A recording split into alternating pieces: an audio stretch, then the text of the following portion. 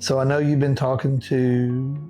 you're still calling customers and talking to, doing all the follow-up work with everybody and making sure they're happy and all that stuff and that everybody's doing what they're supposed to be doing in that whole deal. Yes. And then I do know that our lady in Texas, Sochil, right? Is that right? Yes. I do know that she has, I know we're following up with her on her stuff. So Yes, I've been talking to Sochil. She's super excited to have her equipment shipped out. She did have some questions about marketing her new powder coating business. So I don't know if that's something that you would like to give some advice about. Yeah, to her. Yeah, because she's probably at that point right now where,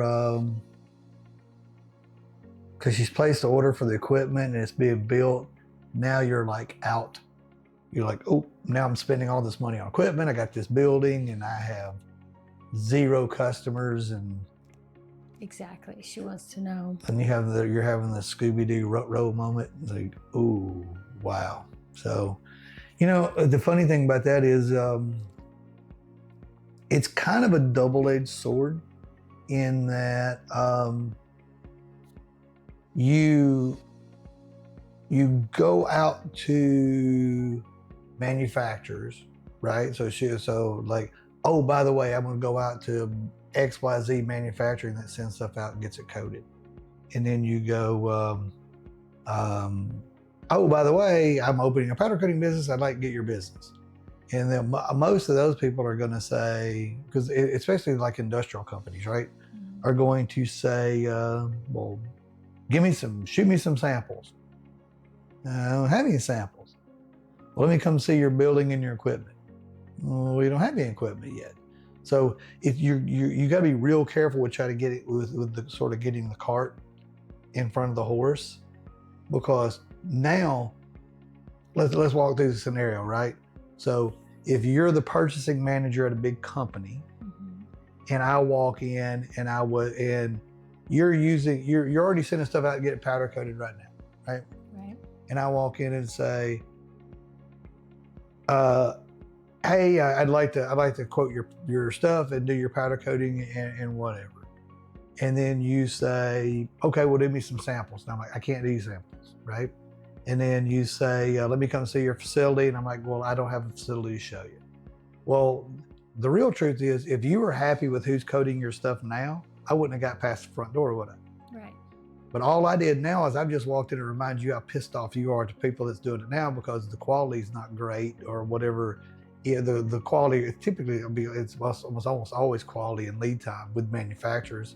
That's the reason we always have manufacturers calling us, trying to bring powder in-house, because they can't control they all have bad quality and bad lead time, and they can't control them when somebody else does it. So now I've just reminded you how ticked off you are about your quality and your lead time. You're like, yo, God. And then, so now I'm just planting the seed. You start calling around, you find somebody else to do it. I finally get my stuff up, I come back in. Now you got somebody else doing it. I've got to wait till they screw it up to be able to get back in the door. Does that make sense? So it's kind of, it's a little bit cyclical. I will reach out to, you know what, I tell you what I'll do. Our handbook, whatever the title. I wrote the book, can't remember the name of it. The playbook. Okay, I wrote it, can't remember the playbook. The playbook. The playbook I know is at the editor people, proofread people, whatever, right now. And it's supposed to come out like in the next few weeks or something. Is that right? Yes. And then so, I don't know if you know this, but so, and I know I talked to some of the other folks about it, but so I was writing like 2 or 3 books at the same time. So that was the first one I started. And then, because it looked like it was going to be War and Peace, because it's so all encompassing.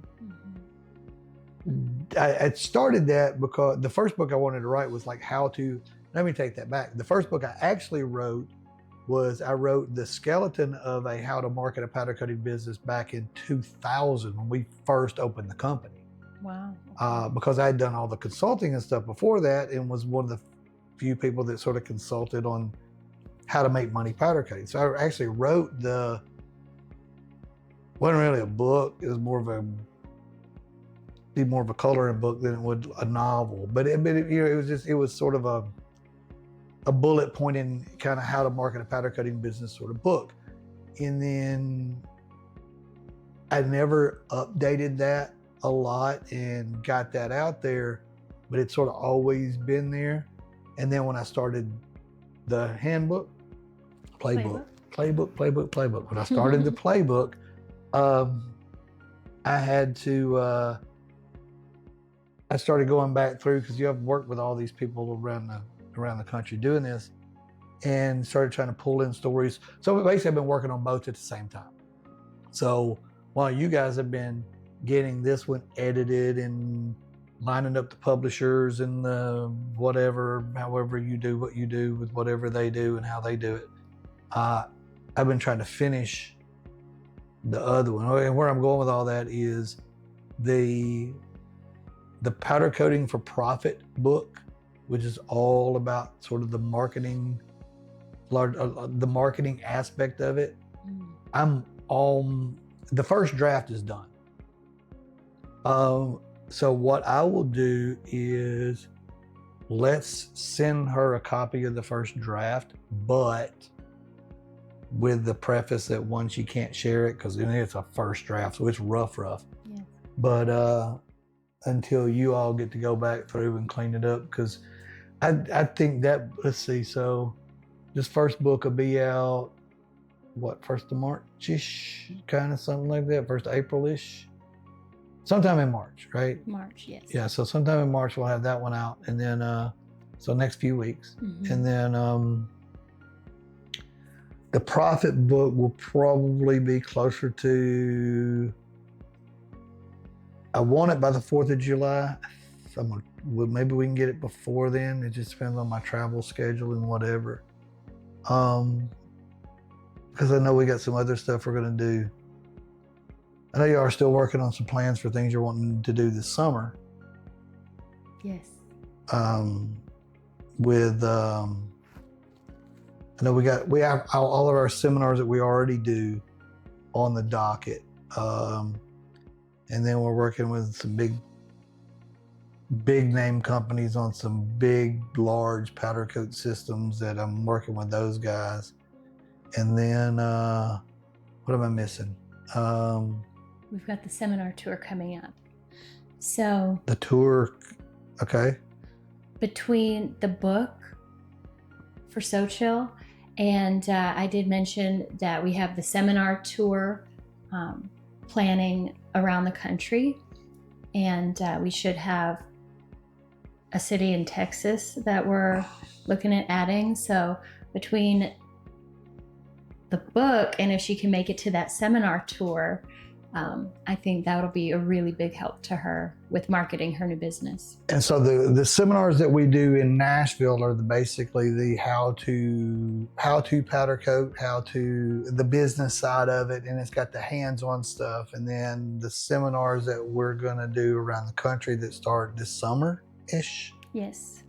It's gonna be kind of an abbreviated version of that, but with a lot more focus on marketing. From how I think I was, because I've got to finish.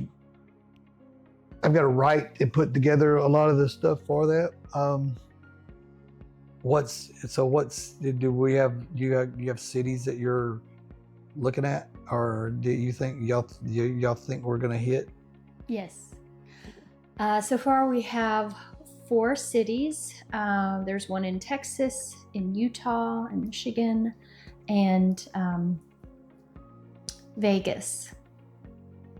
So we're looking to add possibly Florida, Atlanta, a little bit more on the East Coast. Yeah, I'd like to add South Florida. Texas is going to be good. Texas, Utah, Michigan, and Vegas, and everybody on the...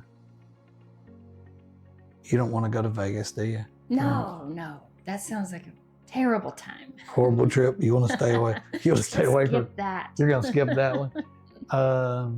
Yeah, I have a feeling we won't have any issues with people on the staff. We're gonna volunteer to go to that one, and as long as we don't go to Utah in like December, or Texas in July when it's 120 degrees or whatever. So yeah, tell Social we'll do that. And the thing is, the new thing talks about that new book is going to talk about marketing, but we'll get it to her. But I guess the best thing to tell her for right now is, social media is free. You have to do, like, you're crazy not to do. She should go today and build a website. People get so hung up on a website in that, oh, I don't know how to code and I don't know how to do all this. I'm like, between GoDaddy and all these other platforms out there, they literally have website builders you can build that are drag and drop. And it's like, insert picture here, me drag and drop picture. It's not that complex. And you can make a 2-page website that's like, here's who I am, here's what we do, here's why to pick us more than everybody else, and oh, by the way, here's some pictures of what we do. That's all that it really is for a powder coating's website. You never post prices. Dumbest thing in the world you can do, because now people look it up online and then they call your competitor, and all they got to do is shoot under you on the phone, and then people can't see they can't see your quality. You want the people to come in to see you, but she should build a website immediately, and then immediately build a Facebook, Twitter, Instagram, and TikTok or whatever the hell it is where you shoot a bunch of videos and put a bunch of videos. TikTok. Is that yes. TikTok? Mm-hmm. See, I'm up to date on my new technology. People love their TikTok. Do what?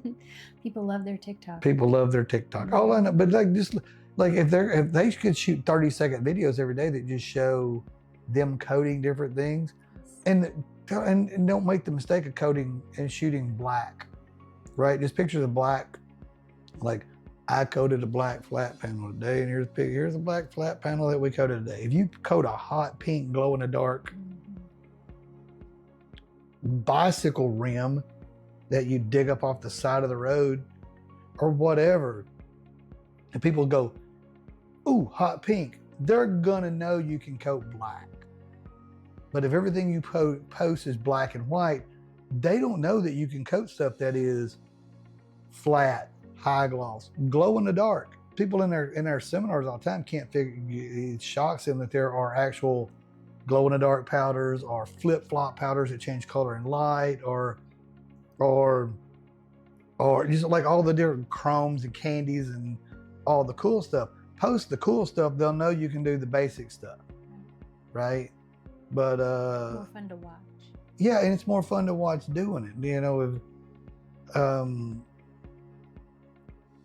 Yeah, it's she needs to post that stuff and start putting it up on social media, and it's free. And I would tell her just the biggest thing is, and I told her this in conversations before, don't be the cheapest, be the best. And the thing is, if everybody looks the same, walks the same, acts the same, talks the same, whatever, then it comes down to price. What makes you different? What is your unique selling point? And I've mentioned this to them. I talked to her over the phone one time, and I mentioned this to Jess and this, that, and other. I'm like, you are a female-owned powder coating business. Yes. That's unique. Right. Okay. Typically, boy, and this goes, I'll catch hell for saying this. I'm not believing I'm gonna say this, but in my experience of a lot of the people that I've trained, the best powder coaters that I've ever trained were always women. Almost every single one of them was a female, because when you showed them what to do and you told them, they listened. They weren't looking at their phone and screwing off and paying attention to everything else and whatever. They literally paid it. They listened to what you said. And then when you stop, they do exactly what you said to do. They're like, okay. And they just do it.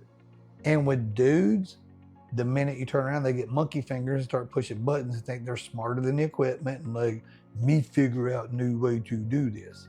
and then get it all messed up. So it's just when you're doing something that's an aesthetic job, right? That what it looks like is better. That how it looks is what matters. In a lot of those cases, the females were the better people to coat. They're trilingual, not only bilingual. Like they speak Spanish and English, and one of them speaks Russian. Awesome. And I don't know how many Russian people there are in Texas, but she can talk to them. That's cool. So they cover, and they are military raised kids.